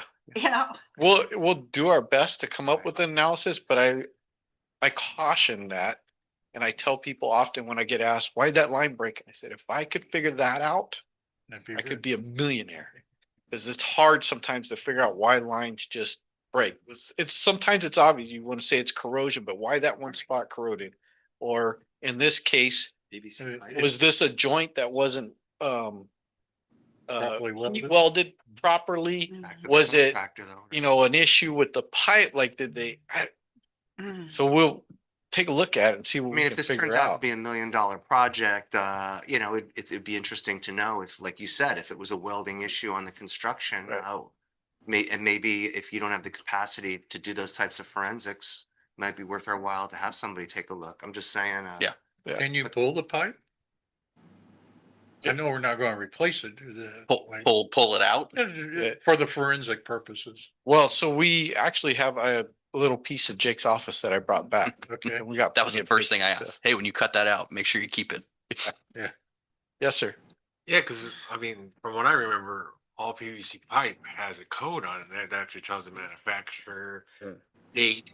And my whole thing was, because I know when we did installations, you do have to be leery of how long a pipe might potentially be sitting out in the sun, which then breaks it down. So it brings up a good point if you can find a date, let's just say it was installed in 2011, but maybe it was manufactured in 2007. Yeah. It's been sitting somewhere for a while. It might have just been one section of pipe that was just old. And this pipe is under the influence of Morro Reservoir, which it's not necessarily like a zone that's fed through a pressure regulator and a regulator failed and introduced high pressure. This pipe sees that pressure on a regular basis. So there wasn't something system wide that caused that, which that happens sometimes. A pressure regulator will fail and it's just like your house. It introduces high pressure in there. Not in this case. And not fatigue, not pressure cycling. It was, I don't understand chunks coming out of the pipe when it's unzippered. I can understand the zippering. Yep. Issue, but chunks? yeah. Are there folks out there that do forensics on some of these failures that can take a look and we can consider that down the line? I know right now we just need to get it fixed. I get that. Yeah. But if I think it's worthy of discussing the possibility to have somebody maybe who is more adept in looking at these types of failures and making comment on it. And if we have to come back, we come back. This would be a question for Alfred. Hypothetically, what if we did find and would spent the money and found out it was a defective piece of pipe since it was 15? Can we legally even go back to somebody after 15 years or no? Yeah, the statute of limitations problem, but then, it's, you gotta kind of get to the whole negligence analysis and, whether you knew or should have known and that kind of thing, you get to that actual analysis, so make sure the circumstance. The probability is very low of success there, right? Yeah. Not unless there's some demonstrated history of that type of pipe Right. being a failure Yeah. component. And that goes back to, negligence or no. And again, I don't want to steer this in a different direction, but it would be nice to know if there's any opportunities to kind of do some further investigation on it. That's all I'm saying. So, like I said, that becomes sort of maybe in closed session items, but for right now, I just like to know what the postmortem is on that. If you can find that out, or if you think it's worth bringing someone in to Investigating, take a look, we'll just leave it at that. Okay. We took a lot of pictures and a lot of videos, so. And we have all the shop drawings from the pipe that went in the ground. Great. We have the manufacturer, we have all of Good. that. Okay. Director Nelson has her. Me? What does state of emergency mean? Like when I think state of emergency, California helps with funding.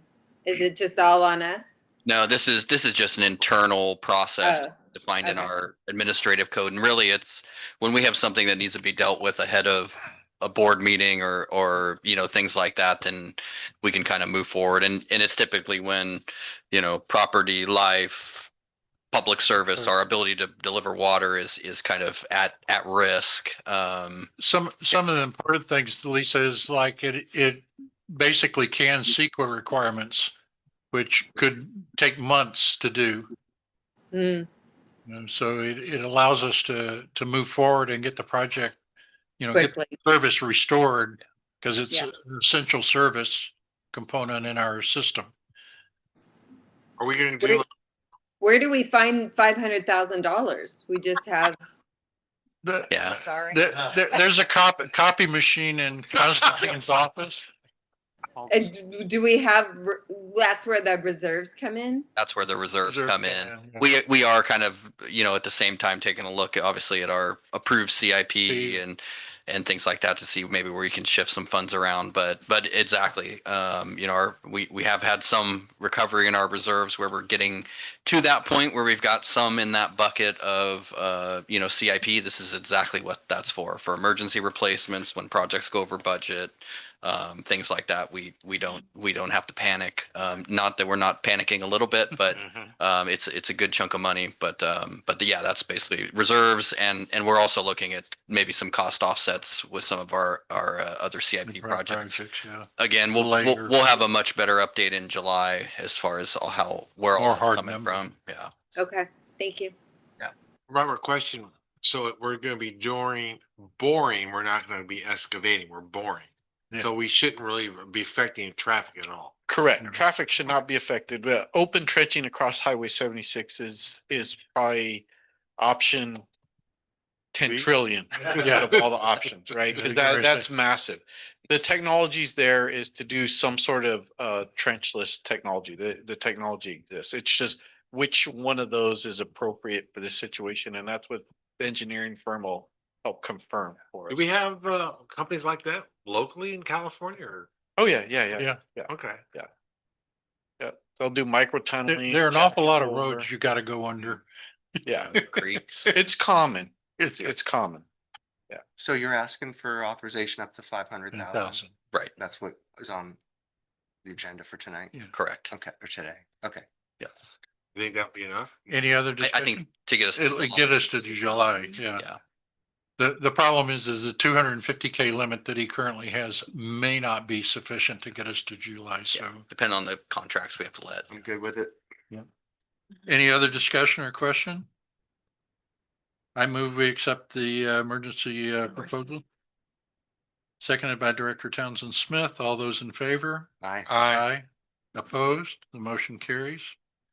Consider adoption of a resolution to support the nomination of Carol Lee Gonzalez Brady as a candidate for the position of Aqua Vice President. Yeah, we received a request from Rancho California Water District, Rancho's vice president of the board, Carol Lee Gonzalez Brady, has thrown her hat in the ring for Aqua's vice president spot. So that's all of Aqua, not just Region 10 or whatever. But personally, I know Carol Lee pretty well, and she is a excellent representation for this region. Obviously, it'd be great to have somebody in that position that's also a neighbor but really stands for a lot of the same things that we do. Obviously, very concerned about rural residential and agriculture and rates and really has a strong understanding. She's been on the board, I know, for 7 or 8 years and really has done a great job up there. And I think she would be a really good representation. So the item in front of you today is to support her nomination as a candidate for the Aqua Vice President. Honestly, I don't know who else is running. I haven't heard any other names really thrown about. Or obviously we haven't got any request of support, but I think she would be she's, and obviously she's a part of a lot of the same agencies and things that we're a part of. So. But so this would be then for the election that's coming up in the fall. Yes, correct. I think the vote is in July. Is that right? Or is it after that? I thought it was late June. Maybe for the fall. Yeah. But typically, because it's when we go to the conference, we vote and then we'll find out at the end of the conference who won. And typically the vice president always becomes the president. And the only thing is I thought the vice president was local. Now, yeah, who will be becoming president if he's not going to run?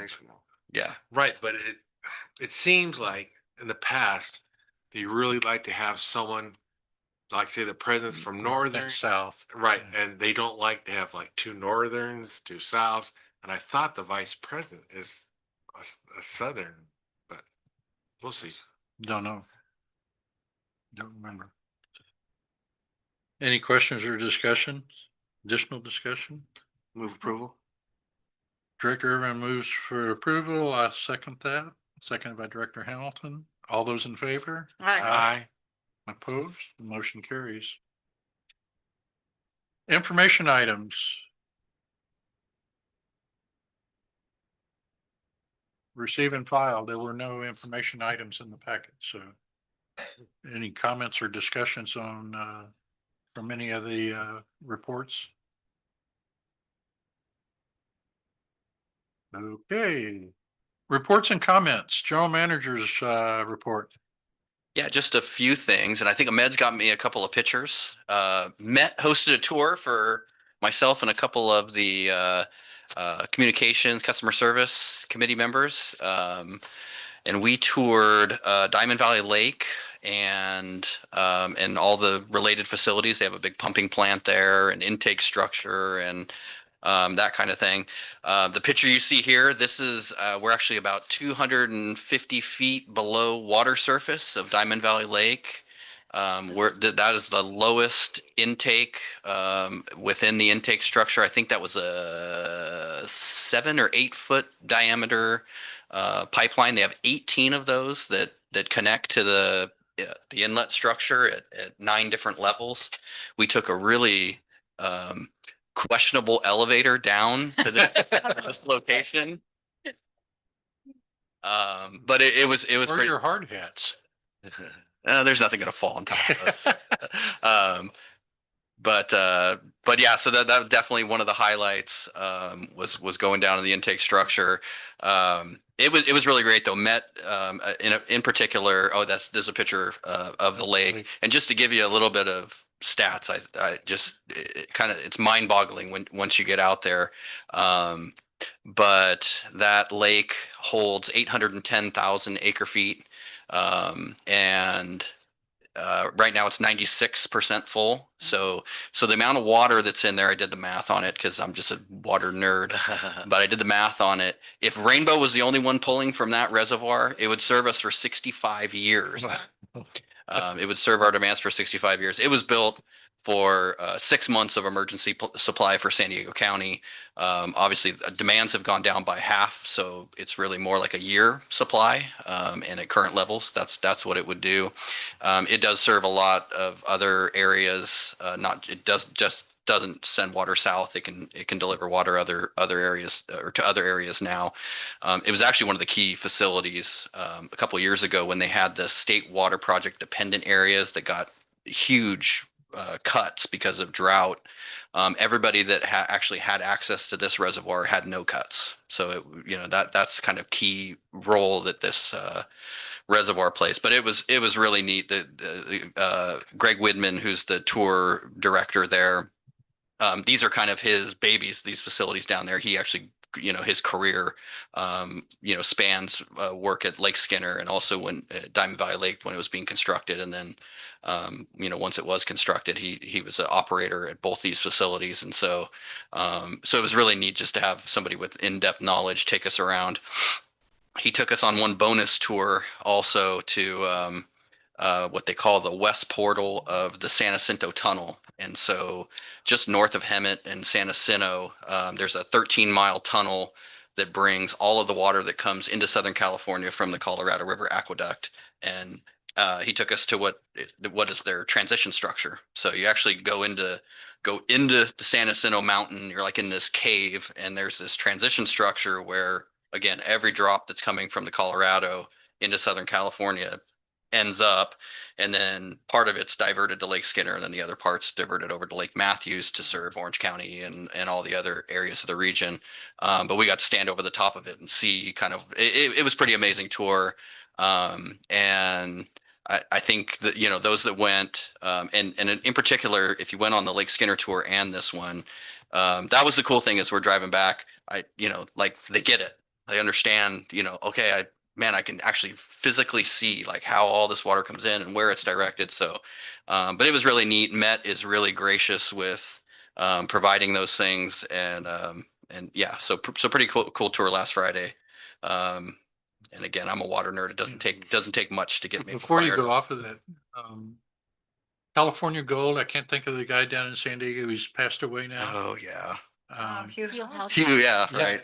He did a thing on that presentation. They go in once a year and inspect it, and when it's shut down, it's still producing like 35,000 gallons. Yeah, the water comes in. They actually have to offset. He talked about that. They have to offset some of Eastern's costs because that water used to end up in Eastern service area. So they have to credit them that water that's coming into the tunnel naturally. It's that one's an interesting presentation if you want to find out more about that portal. It's on YouTube. And so if you didn't know, they actually just renamed the San Jacinto Tunnel too. It's now the Randy Record Tunnel, who's recently retired EMWD director. He was on the Met board and also the Met chair. This just happened a couple of months ago. He retired. They renamed that tunnel after him. So it is actually no longer the San Jacinto Tunnel. It's the Randy Record Tunnel, which is pretty wild. So anyways, we'll have more tours. The shutdown, Pipeline 4 shutdown, talked a lot about it. Came and went without a hitch. We still have ample supplies in Morrow and across our system, so really able to weather 21-day shutdown by one of our key pipelines with really without any issues. We did utilize the interconnection with FPUD as well as brought water ourselves from the other side, but great job by our operations team, Steve, Robert, and I know there's a ton others that really contributed to all of that. And yeah, a lot of preparation went in, and execution was excellent. So customers didn't feel it as we hoped. Constantine mentioned that we are doing some work with our rate consultant, which we said we were going to do, and looking at our cost of service study as a potential update to our cost of service study. One thing is just an update, with the detachment occurring and, kind of the dust settling on our budgets and everything else, just to, again, update our financial model, make sure everything's in line. That's kind of the phase one of it. But there are some additional things we've asked them to look at. Number one being the locked off meters, what kind of some options there, and what what costs may or may not apply and things like that, different options we can look at. And they'll be looking at kind of what some other districts do and things like that to take a look at that. Also, really just the balance of fixed and variable rates. And these are coming from some of the comments that we've got from the board and that over the past few months. And the board will have a chance to obviously weigh in on all these things. We would like to develop some alternatives and bring those in and let you guys take a look at them and over the next, say, 3 to 5 months and really kind of dive in. The other being, the potential for, we already have an ag and residential rate, but kind of taking a fresh look at that too. And what does that look like? And are there, again, any other options, as far as how we structure, some of those costs and again, all under the lens of, our some of our cost structures have changed with the switch from San Diego County Water Authority to Eastern. So there may be some,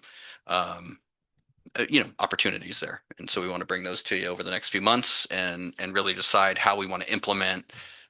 We know the revenue requirement, but how we want to implement that on January 1, 2026. So that'll be a big item over the next few months, but that is underway.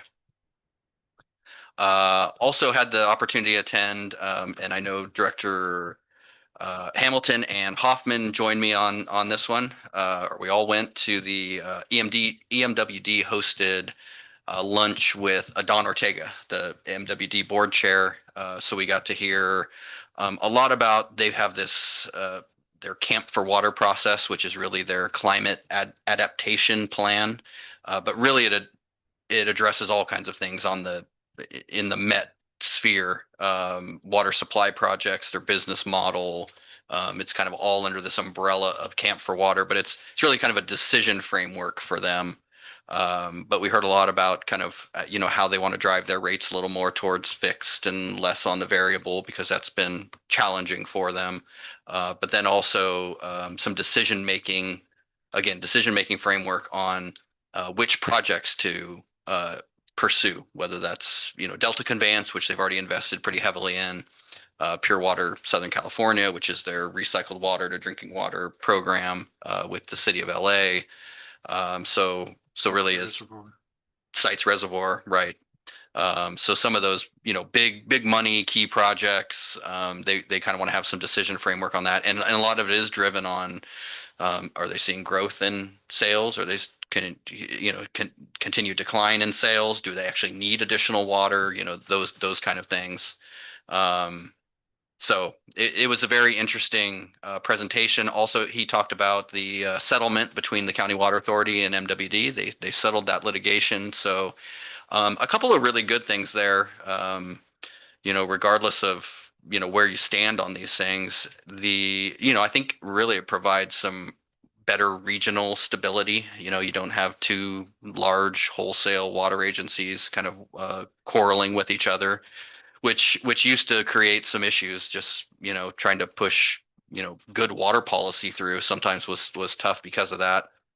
One big thing that came out of it too was really a better options or more flexibility in how some of these water supply transfers might happen. So it gave flexibility for both Met and the County Water Authority to basically, when they do have excess supply, which Met has right now, they've got a 4 million acre feet in storage, allowing them to offload some of those supplies without kind of fear of retribution. They've decoupled basically the transfer rate that San Diego County Water Authority pays for the water that they got from IAD, that QSA water.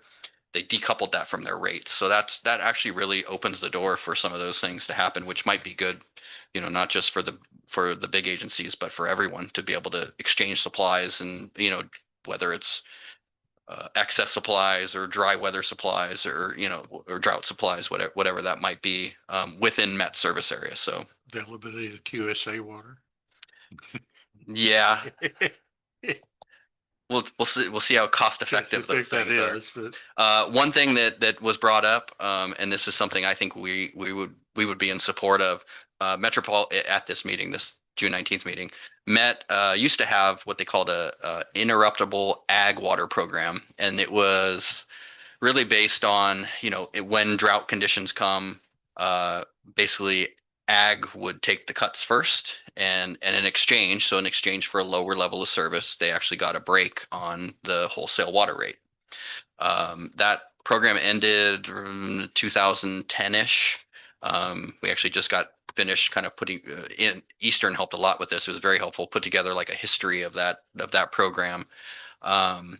But kind of where Met is as far as them trying to adapt to these climate changes, right? Whether it's very wet or very dry.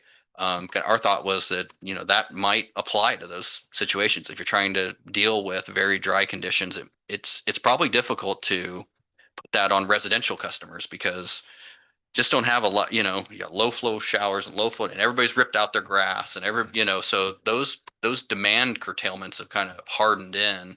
Ag might be your opportunity to kind of at least do some of that. And so anyways, that's the case we're kind of making and we'll see if it goes anywhere. I'd say the response wasn't tremendously overwhelmingly favorable. But I think it would be something great to us if, you know, if our customers were willing to accept that, our ag customers, and they got a direct benefit from the wholesaler, that, you know, that's just an offset in their costs. So I think we would definitely be in favor of that. So we're going to keep kind of pushing on that a little bit, but we'll see where it goes. That's all I got for today. Cool. Alfred. Oh, thank you, President Hamilton. I did a written report and update on a recent decision from the United States Supreme Court involving the National Environmental Policy Act, NEPA, and the Supreme Court unanimously limited the scope of environmental review under NEPA. You know, they once again discussed the issue of deference, which they've been wrestling with all session after that Loper Bright decision, which overturned, you know, decade precedent under the Chevron doctrine requiring deference to federal agency interpretation. But interestingly, they said here that in the context of NEPA, deference to the agency is still required. And they described it because CEQA is a quote unquote procedural statute, meaning it governs primarily the preparation of what's required for the environmental impact statement and reports, not the ultimate project approval.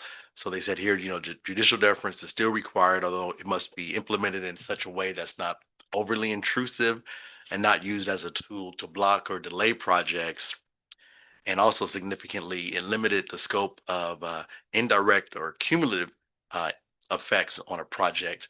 They said particularly if it's, you know, an environmental effect or an environmental impact that's either on a separate project or if it's an impact on a project outside the scope of the agency's own regulatory authority. So that was a pretty significant, you know, limitation of the scope, particularly for those cumulative and kind of indirect impacts. So they, you know, the federal government, you know, is currently updating the NEPA regulations, and it's expected that the reasoning and the conclusions from this case will be incorporated into those NEPA implementing regulations to limit the scope of environmental review under NEPA going forward. So, and that concludes my report unless there are any questions. Yeah, who determines reasonableness?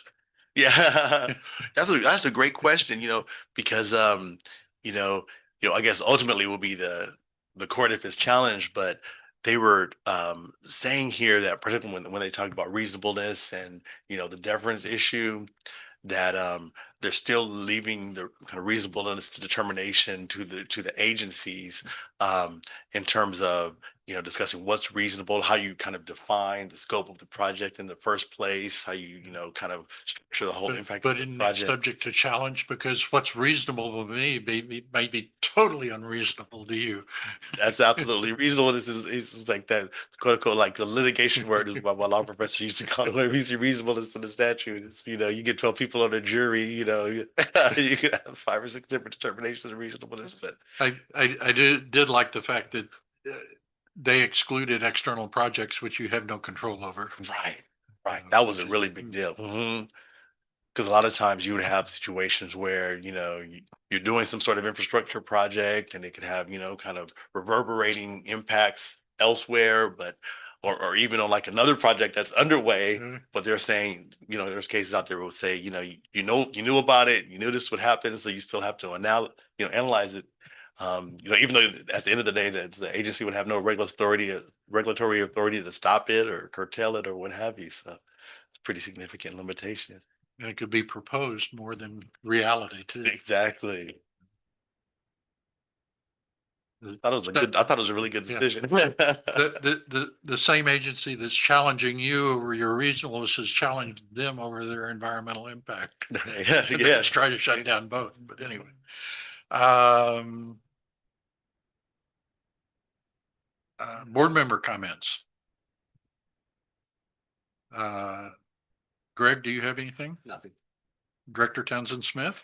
Yeah, are we ever gonna deal with any kind of solar presentations? I hate to keep saying the same thing over and over. You should keep saying it until they show up. Thank you, till we get. It is. We are working on some I was options. counting all the Teslas and stuff, and you know, they can plug in their own cars. Yeah. Be good. Yeah. Okay. You hear that, Ahmed? Yeah. Ahmed is in favor. Director Mack? None. Director Hoffman? Yeah, what's going on with Trump's EV declaration? That we were trying to get the two charging stations before 2035. Just start working on it. Anything there? Oh, you mean on the electrical vehicle mandate Yeah. thing? Yeah, not a lot has changed as far, I mean, there's a lot going on in that space. But as of right now, the CARB regulation is still in place for us. So What? well, they're just, I mean, it's a California legislature passed that I proposal. thought his decision overrode that. There was something in the EPA that they did take some action on a couple of those regulations. Well, they were even California regulations, but it only applied to, it was like drayage vehicles, which is like the port stuff, but not the actual rule that governs us, which is the Advanced Clean Fleets rule. As of right now, there are no impacts to that rule, so it still applies. Probably more to come on that though. But I thought, and you'd be the legal expert, but I thought I just read while I was gone on vacation. I just read that the state of California, since Trump did that, then they sued and it went to the Supreme Court and they ruled with Trump. I didn't hear that. I don't know. Yeah, I was reading the newspaper. Lord. What, though, not so much on EV, but the California emission control standards being different than the rest of the country. I know Trump supposedly tried to repeal the special dispensation that had been given by the EPA to California for setting their own emission control standards. I don't know. Don't know. Good question, Director Hoffman. Nobody knows the answer. When there is something definitive, we'll definitely bring that to you because it is an impact to us. Yeah, read the paper. I have nothing. Board report, CSDA. I think there's really been much. Yeah. LAFCO, anything going on? They're actually on break, aren't they? Yeah, I don't think they've had a meeting. Well, no, they had a meeting in June. There was a few things that went on there, nothing that really impacts us, but they're going through the La Jolla reorganization, detachment. Detachment. Yeah.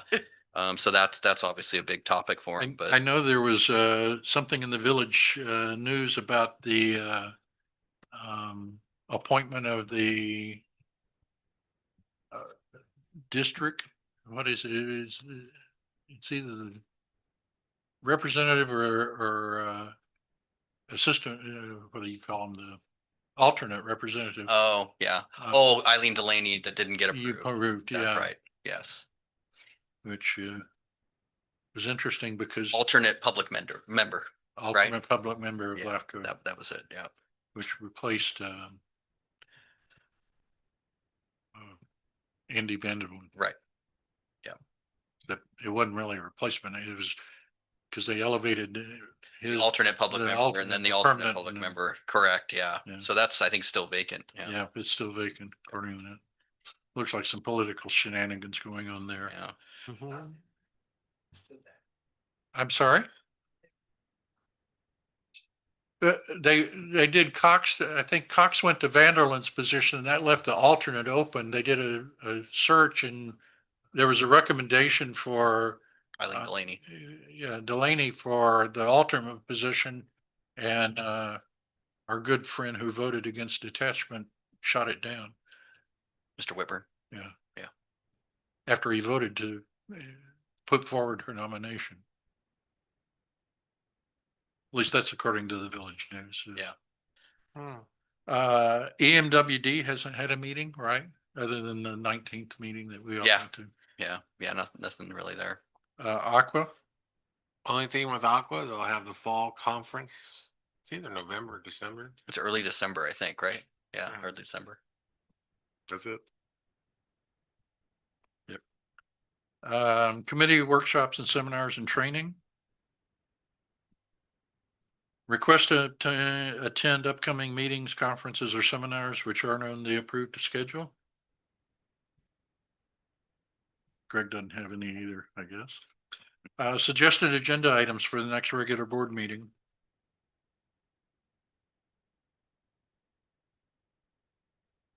Obviously, an update on the pipe break. Yes. Yeah. Yeah. Yep. That'll be on. If nothing else, we're adjourning to closed session with a 10-minute break. Now that you've just took yours. Hit the rush. I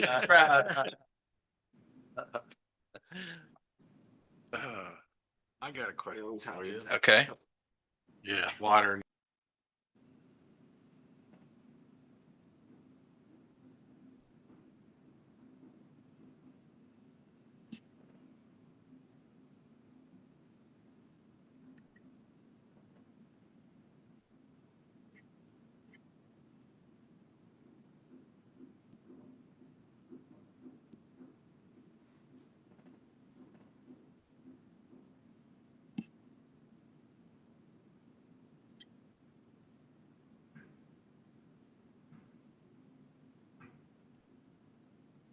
Check with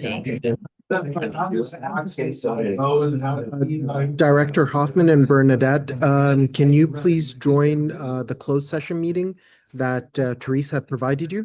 So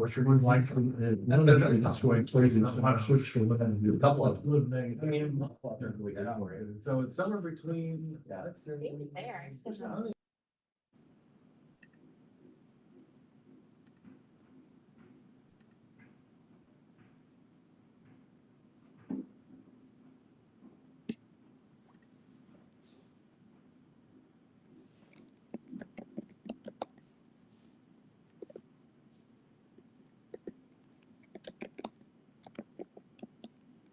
This guy. Director Hoffman, can you please join the closed session meeting that Teresa emailed you? I don't have that. I've been looking. Let me forward that to you right now. Thank you. You gotta do my personal email. All right, let me check with Teresa and I'll get that. Thank you. No problem.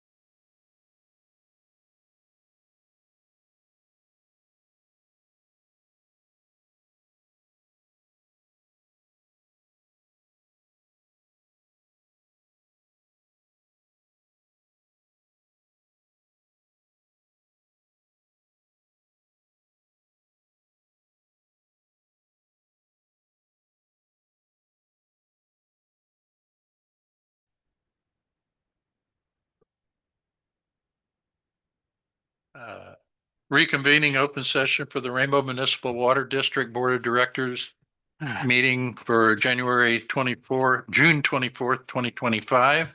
Legal counsel coming out of closed session. Do we have anything to report? Thank you, President Hamilton. The board met in closed session. 3 items were agendized as set forth on item 17 of the board agenda, and there's no reportable action. Thank you very much. We're adjourned.